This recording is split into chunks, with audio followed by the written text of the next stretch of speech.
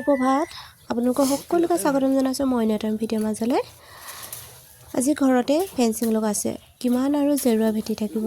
আজি জেৰুৱা ভেটিলে কাইলৈ ভাগি আৰু চোৰৰ যিমানহে উৎপাত আছে এবাৰ কিজান চোৰৰ পৰা অকণমান হাত সাৰিব পাৰোঁ। আৰু ইহঁতি কাম লাগি থকাৰ বাবে মই এইফালে চাহ বনাবলৈ আহিলোঁ। চাহৰ লগত খাবলৈ পিঠা দুটামান বনাই ল'লোঁ আৰু একো নহ'লেতো ভাল নালাগে। এইফালে ধুনীয়াকৈ পিঠা দুটামান বনাই ল'লোঁ বৰা চাউলৰ, আৰু এইফালে মুড়ি অলপ ভাজি পিঁয়াজ পাত জলকীয়া চলকীয়া ধুনীয়াকৈ কাটি খাবলৈ ভাল লাগে যিহেতু। আৰু মানুহজনৰ বাবে গাখীৰ আৰু আমাৰ বাবে গাখীৰ চাহ বনাই ল'লোঁ ধুনীয়াকৈ, মানে ককাইদেউ যিহেতু কাম লাগি আছে।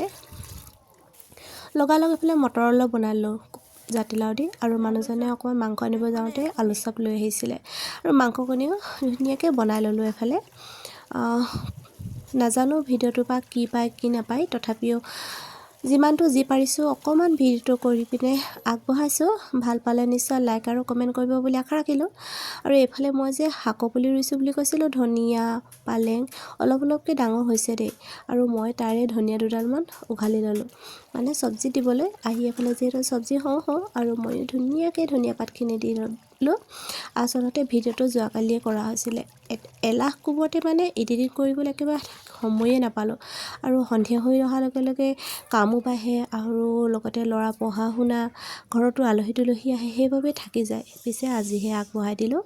আৰু কেনেকুৱা পালে নিশ্চয় ভিডিঅ'টো জনাবলৈ নাপাহৰিব। শেষলৈকে চোৱাৰ বাবে বহুত বহুত ধন্যবাদ। এতিয়ালৈ পিছে বাই।